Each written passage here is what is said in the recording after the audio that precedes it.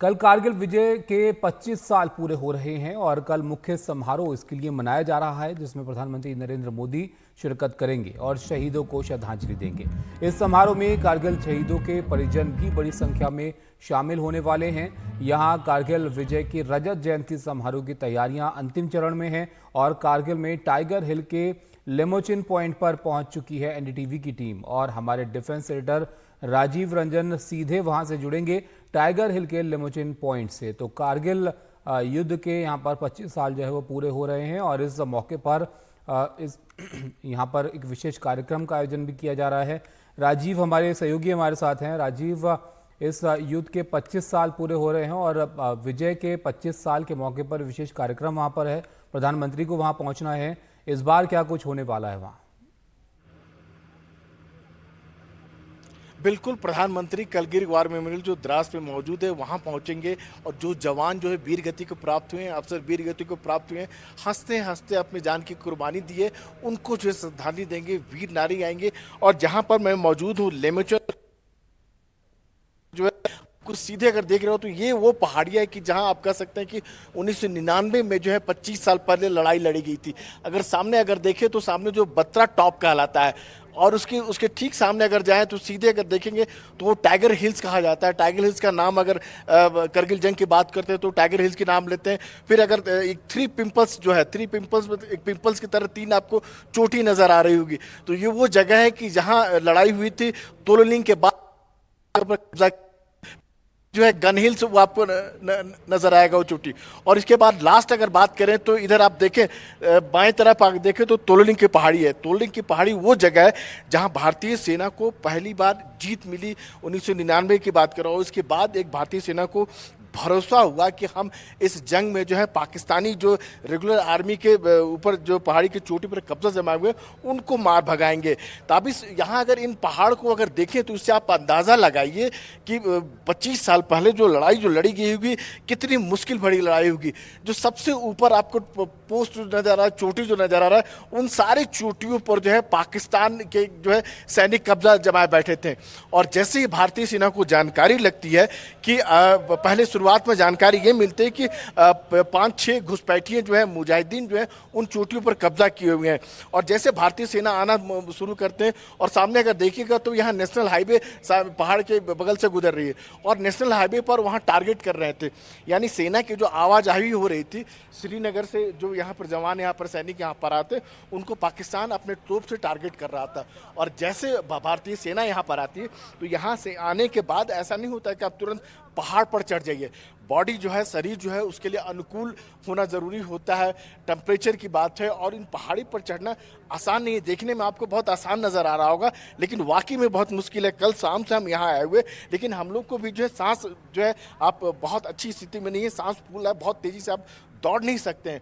और उस हालत में हमारे जवान कैसे चढ़े होंगे आप अंदाज़ा लगाइए। जैसे इन पहाड़ी पर अगर चढ़ाई चढ़ना शुरू कीजिएगा, टॉप में अगर जाना तो ऊपर बैठा हुआ जो है शख्स जो है आसानी से आपको हर चीज़ मूवमेंट को आपको कैच कर सकता है, देख सकता है। और वहाँ गन चलाने की बात तो बहुत दूर रही गोला बारूद की, अगर कोई बड़ा सा पत्थर अगर फेंक दे तो उसके जद में आने से आपकी मौत निश्चित है। उन चुनौतियों का सामना करके हमारे जवान जो है एक बहादुरी दिखाई, एक अदम्य साहस का परिचय दिखाया। दुनिया में कहीं शायद ही जो है इस तरह की लड़ाई लड़ी गई, इस ऊंचाई पर जो लड़ाई लड़ी गई है।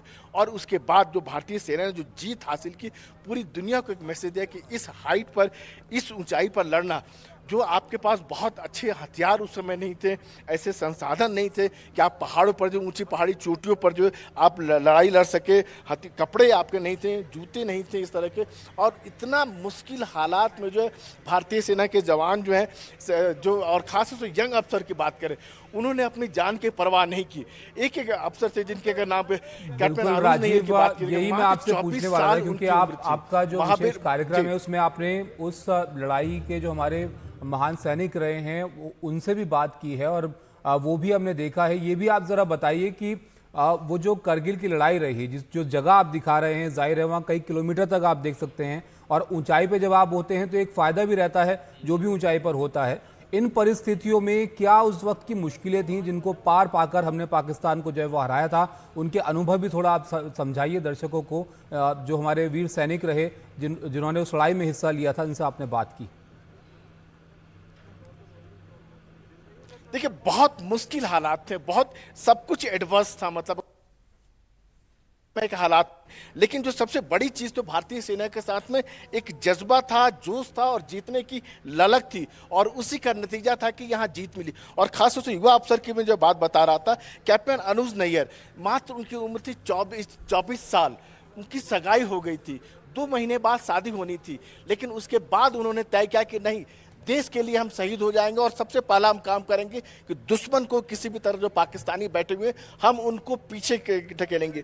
कैप्टन विजयन थापर, कैप्टन मनोज कुमार पांडे, ऐसे अनगिनत नाम है जिनका आप नाम ले सकते हैं जो है, जिन्होंने अपनी परवाह नहीं की। खास यंग अफसर की बात करें, जवान की बात करें, जो है उन्होंने इतनी बहादुरी दिखाई कि एक बहुत अद्भुत है। आप ये देखिए कि वो पहाड़ी पर बैठे ही नहीं थे, बल्कि उन्होंने एक बंकर नुमा बना लिया था।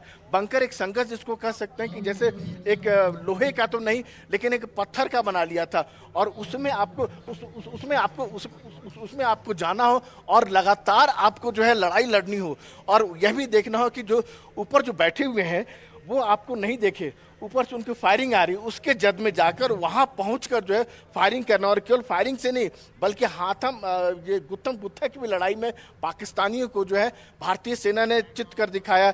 चाहे ये आपको ऑनरेरी कैप्टन युगेंद्र सिंह यादव की बात करें, 15 गोली लग गई, उनके सीने में गोली लग गई, लेकिन उसके बाद भी उन्होंने हार नहीं मारी, मशीन गन से पाकिस्तानी पर गोली चलाई। जो है आप ये सूबेदार मेजर जो है संजय कुमार की बात करें, जिनको बहादुरी के लिए परमवीर चक्र से सम्मानित किया गया, 4 गोली उनको लग गई, उसके बाद गुत्थम किया।